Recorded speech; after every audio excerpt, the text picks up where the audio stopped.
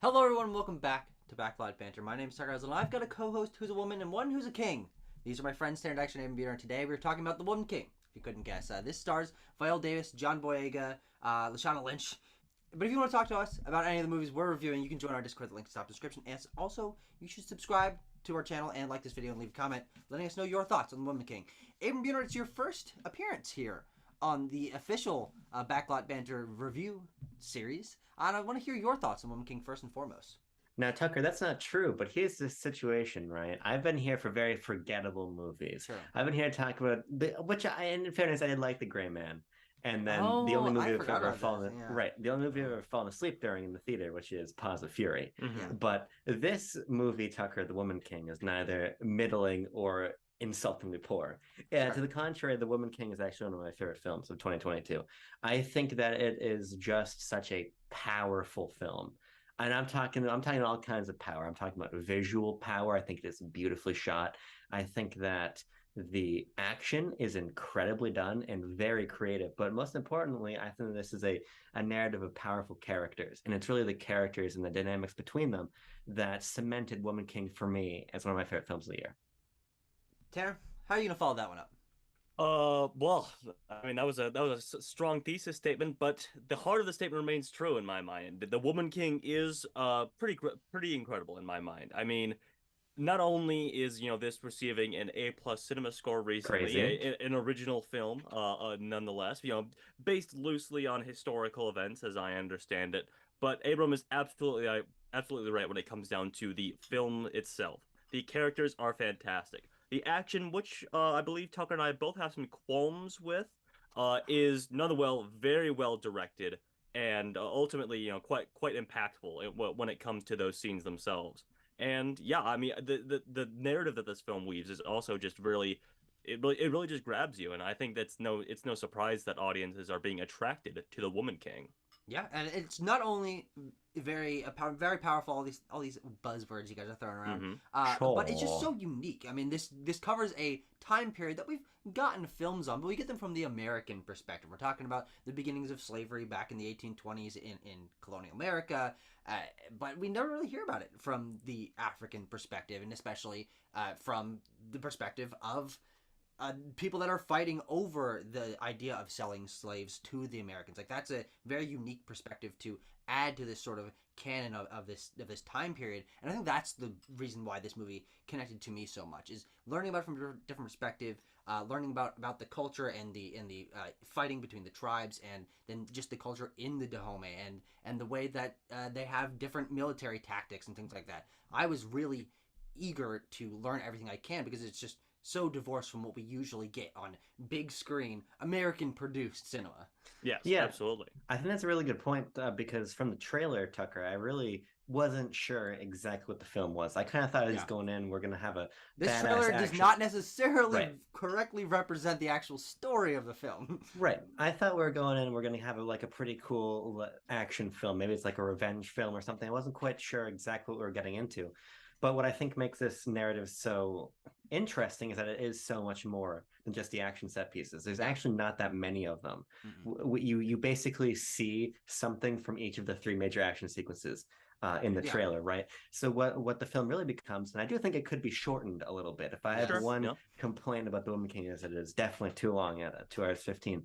But as you come to learn, as you're saying, what the Dahomey and the traditions, and that's what's really compelling to me when we kind of take time to meet the king and we're seeing sort of his interplay with the people around him, or we're learning how you become a Dahomey warrior and we're watching them Yeah. do these incredible rituals and trials and the quieter moments, even because usually those trials are pretty action packed, like the sequence of them all singing Yeah. together is so powerful. I think it just paints a much richer picture than just badass action as that trailer might suggest. And I think Yeah. that to me is why this movie is going to endure for me beyond just hell yeah, Sure. that was a cool spectacle, right? Because the film's a lot more than a spectacle. Yeah, I agree. The scenes in particular that you're talking about, Abram, they bring to light like the fantastic makeup and hair and Yes. costume design that Yeah. this film has, and also like the sound design of all these female warriors like singing in unison, and the music and the composition of said music is really it gets your heart pumping in the theater with these drums and stuff like that. It really engrosses you in these moments that are not high octane action like we're Yeah. talking about. And I do think that's actually those lower stakes moments that connect you a lot more to the cast. Because frankly, from the trailer, you don't really get a sense that that is even going to be portrayed in the film. In this film, and the characters have much more of a sense of camaraderie and humor than the trailers portrayed in the slightest. And I think that's why they end up being so humanizing, and you get so invested in their relationships and personalities, is they do have this much more complex narrative and relationships between one another. And I think that centering it around what the trailers, as I said, did not indicate at all, but Thuso Mbedu as Nawi, who is our protagonist of the film. Yes. It is not Lashawna Lynch. It is not Viola Davis, which this movie is billed as Viola Davis, the Woman King. And yeah, that's true, but I think it's actually a very smart decision, framing it through the eyes of someone who is new to the Agoji culture and has to learn about what's happening. Allows us as viewers who know nothing about this to be eased into it to someone who is a little more personable. Because I do think that while I really love Viola Davis and Lashawna Lynch, they are definitely characters that I think work much better as supporting characters to lead along our younger female warrior. And that balance, I think, works a lot better than maybe just following Viola Davis's character, which is what I assumed this movie was going to be, who is a lot more cold and calculating and distant, and might not have led to as relatable or as compelling of a film, in my opinion.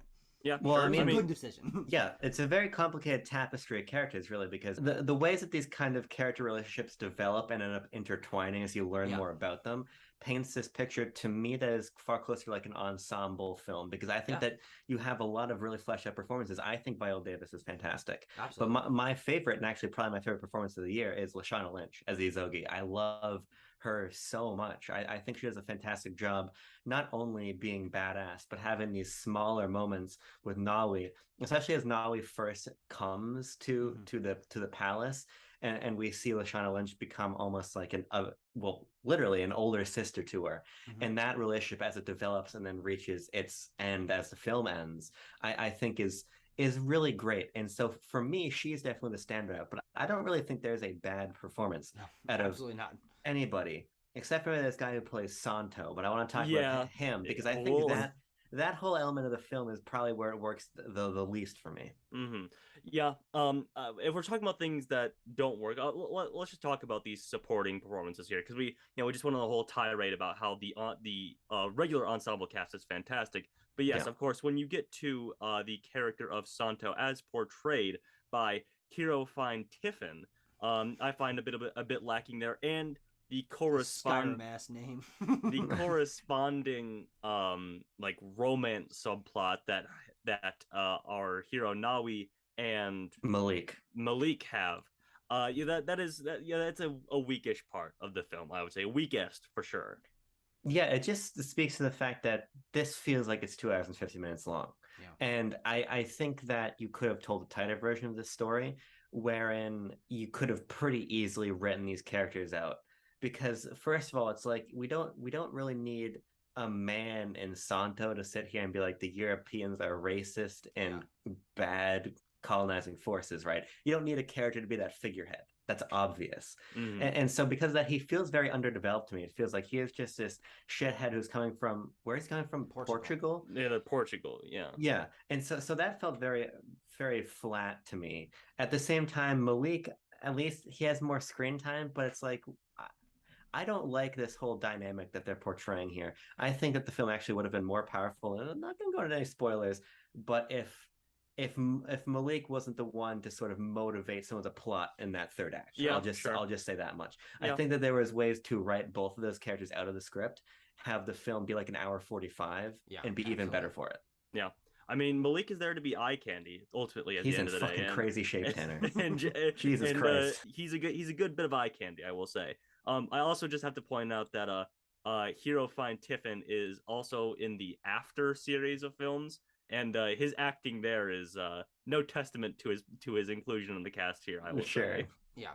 If we're talking things are a little bit weaker, Abram, I'm interested to have this conversation with you, because while I do think the action is very good in this movie, I think that it is where the movie loses the most of its identity, because I think this movie was intended, and frankly, in my opinion, should have been, though I understand why was decided not to be like this. I wish it was more violent. I wish they portrayed more of the violence on screen, because as it stands, the film feels like it is PG-13. We can't show blood. We need to cut away from every moment of contact, or not every moment of contact, but a lot of moments of contact. And the amount of violent things and slashing of machetes that is happening in this movie, it feels very apparent that they're editing around violence. I mean, that certainly took a lot of the weight out of those action sequences for me.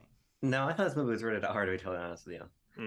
I'm an adult now. I don't have to be afraid of the MPAA or whatever. So I don't remember last time I checked. Right. Yeah. I just verified that. I mean, you're right, but I don't care. And this is kind of where I come down on it personally right now. Talking about why I don't really think it's problem for the film, but like, I don't need sort of the visceral element of violence usually. Now, I love sitting down and watching The Raid. I love myself a grossly violent action movie. Mm-hmm. But I don't think that you need to see the dismemberment and the blood everywhere to communicate sort of the harrowing element of the battle, because I think what's really interesting in these sequences is that they are vast. There's the major battle. The camera pulls back at one point and you're seeing all of these people run at each other. I'm like, holy shit, there is scope here. And I think that scope, in conjunction with the fact that the choreography is just quite impressive, to whereas like I don't really care that we're cutting away. And you still like that the final hand-to-hand personal fight in which a knife is a place where a knife shouldn't be, is plenty visceral enough for me, to be honest with you. Yeah. When I think of those action sequences, I think of the scope of them. I think about how cool it is seeing everybody doing their flips and stuff. It makes Marvel look even worse at action than they already are. I think when you're seeing people do Black Widow flips and everything. But I think that the action just gives everybody a chance to shine and sort of communicate something. Communicate the skill of our warriors. The cold open of the film, as we just see, this is in the trailer, Viola Davis and her warriors behind her just rise to the grass. It's awesome. I think the violence communicates what it's trying to communicate. I didn't need this to be a bloodbath, and I don't think that would have made my enjoyment any better if it was. Well, I don't think it necessarily would have made the movie that much better in terms of where the quality really is in my opinion, in the costume work, in those characters. But the action for me did feel like it lacked its own identity, because while it is impressive that we're seeing these people using weapons that we're not used to seeing in action cinema, and they're doing very cool choreography, I wish it was able to not cut as much, because I think the cutting, frankly, did take away some of the power of that choreography. I would have loved to see them do 3 flips and stab 3 people in one uncut take, and that is possible. But because it's PG-13, you can't have the blood, you can't see the knives piercing them. Like, they did cut away from a lot of those impacts, and it would have made it a lot more impactful to like this is what the lengths that they're going to stop. And of course it's implied, but it for me it was very distracting that they were just avoiding showing as much as they could. My statement on my treatise on the action, I guess, would be that I agree with Tucker in that I believe that this film probably was intended to have rated R levels of violence in it. It is very clearly directed that way, in my opinion, and edited around that way. At which point I will say, I think the direction, and again, the choreography, but mainly the direction from Gina Price Bythewood in those sequences is very good. I think that it's a that the battles themselves are choreographed in a very interesting way and shot and presented in an interesting way, in that when you're in the palace and the kingdom of the Dahomey.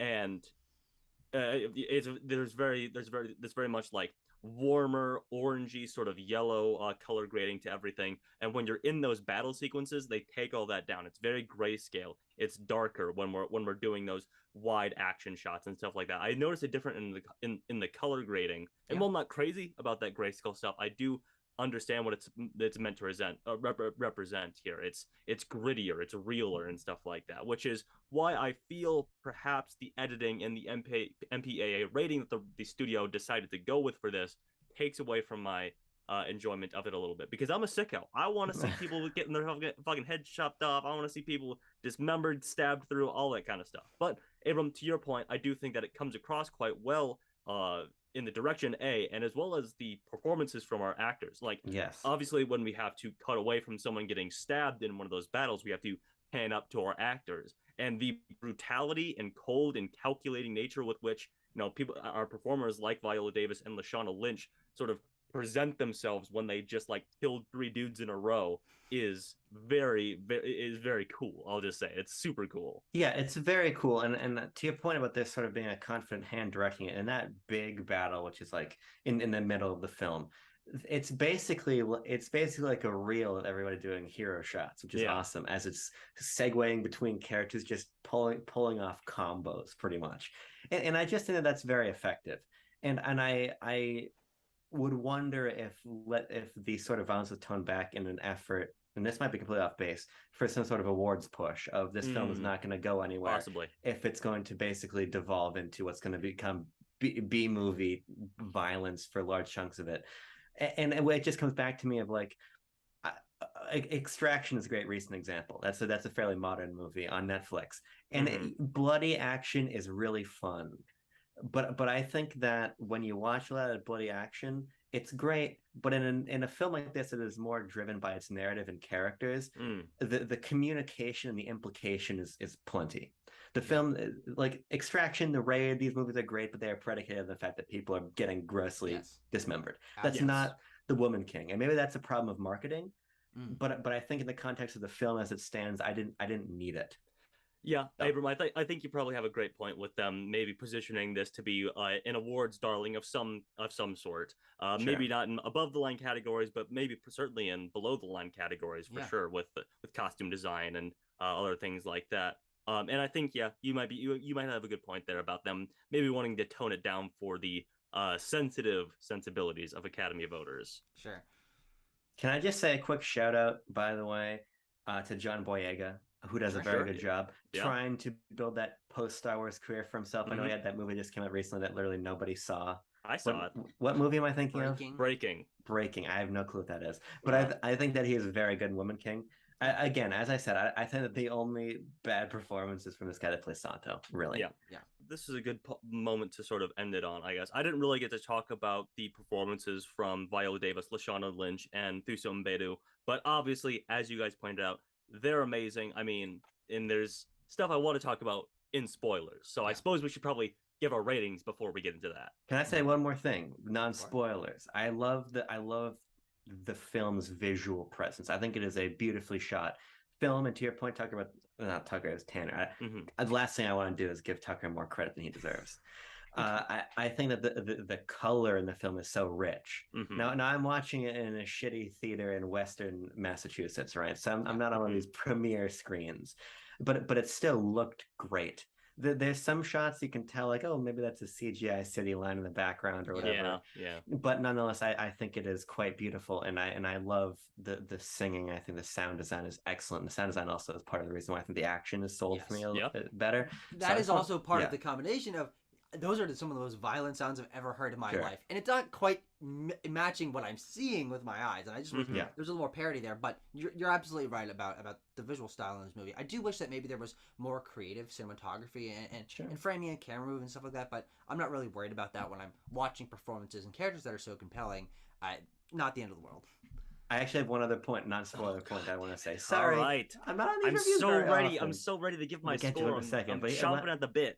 Last thing I want to say is that I'm sitting in Five Guys before the theaters I want to do, and I noticed that Boycott Woman King is trending on Twitter.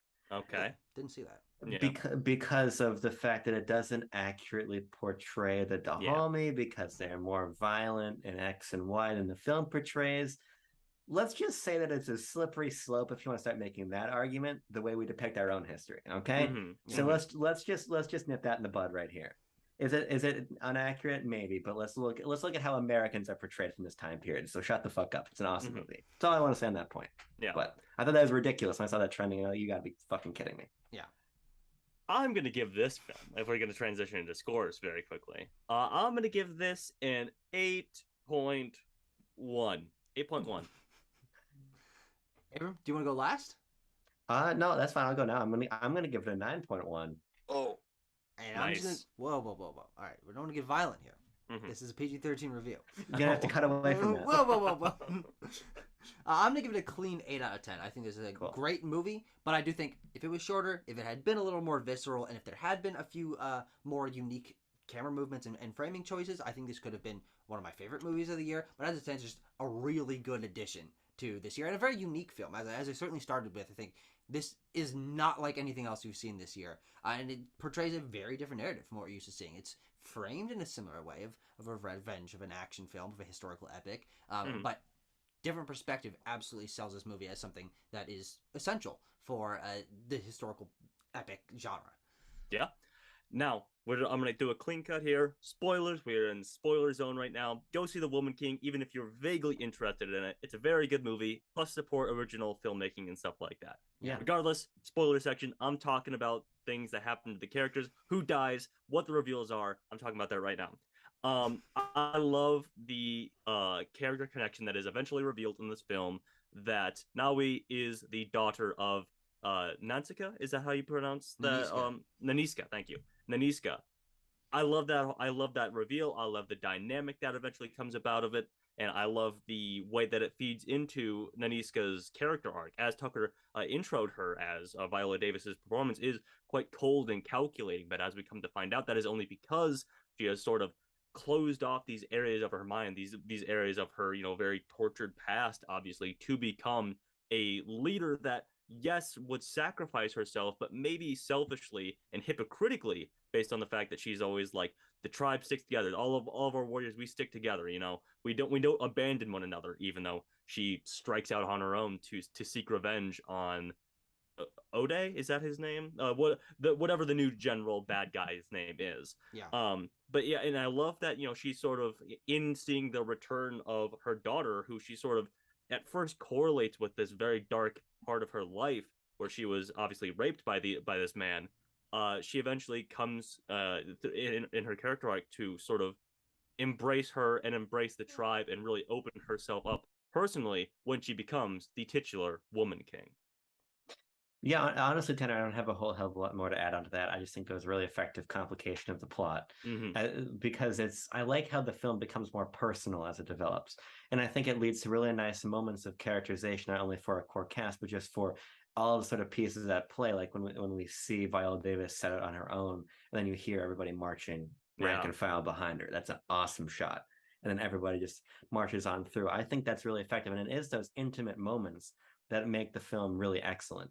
It is that reveal of she's got the shark tooth in her shoulder. Or for me, when Izogi gets killed. Yeah. And we just have Nawi holding her body. I'm like, this giving to a me great is performance in that yes, moment. Just absolutely. Yes, great performance. Screaming and crying. I'm like, that is a realistic reaction to what just happened. Yeah, it sells the moment so well, and this is what elevates the film for me, just on a whole nother level. And again, it's that sort of end cap to that relationship with Nawi and Izogi, which was the kind of undercurrent for me that I love so much. So I just wanted to shout that out too. But the plot is far more complex and emotionally rewarding than I thought it was going to be. Yeah. And then, of course, after that, and I just have to disparage a little bit more on the whole like European settler romance thing. Sure. Because after that incredibly emotional scene, she has to go have her smoochy time with her boyfriend or whatever. Which, to be fair, is also because she has to hide out from the other European slavers and stuff like that. But I digress. No, it was certainly weird. I think the weirder thing is why she then leaves there wearing the European clothing.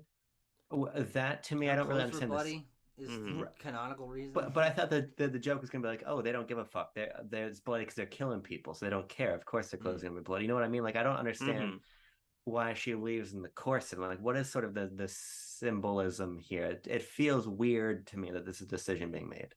But at least she didn't end up getting on the boat and going to Portugal. That would have really undercut a lot of the themes of this film. Sure. I mean, we do get that badass closing shot, of course, with the three of them standing there on the cliff, overlooking the sea and overlooking the city and stuff like that. Yeah, really great ending to the film. I do think it certainly gets better as it goes on, and not at the beginning was weak, but I certainly became more invested in those character dynamics and the emotions of the film as our characters grew to know one another better, and we got more used to the dynamics of the Dahomey culture and things like that. It was definitely, as you said, rewarding, emotionally rewarding to stick it to the end for that full 2-hour 15-minute runtime. And there was a post-credit scene where they were doing a funeral for Izogi. It doesn't really do anything. It's just like, yeah, they're having a funeral. Yeah. All right, guys. Let's talk about all the Easter eggs in the movie, right? Because that's what makes the movie good. What are all the Easter eggs? But I can't even make a joke because no. Oh my God, Grace Randolph, we love you, but why? The real thing I want to end this on, which is basically as useless, but for me, this is my third favorite film of the year. This has been a great year, and I'm sure you talk about this all the time on the show. But here's the thing: there's the good movies, but then there's the yeehaw, fuck yeah, Abram Buner movies. And there's 3 of those: Top Gun Maverick, Everything Everywhere All at Once, and that Woman King. I was just really, really impressed by how the movie unfolded in front of me. So go see it.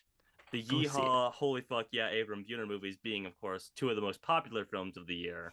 Yes, but the most good ones. The most good ones, obviously. It's a great point. But this is certainly up there. I mean, it's getting great reviews. It's doing surprisingly well at the box office. Number 1. It's supposed to be number 1 what? And at the box office. Oh, yeah. Yes, because it's a big movie releasing this week. But good on all those metrics. Better than people were expecting, and that's a good sign. For this was supposed to be a very weak September, but it's being saved slowly and surely. And Smile's coming at the end of the month. Let's go, Smile heads.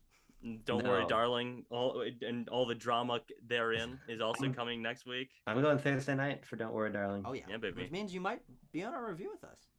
Oh God, I would fucking love to review Don't Worry, Darling with you guys. We'll do it. That's fine. Okay. We will see you guys next week for Don't Worry, Darling. In the meantime, we will also be reviewing Pearl and anything else that comes down the rabbit hole for us. We'll see you guys during those reviews.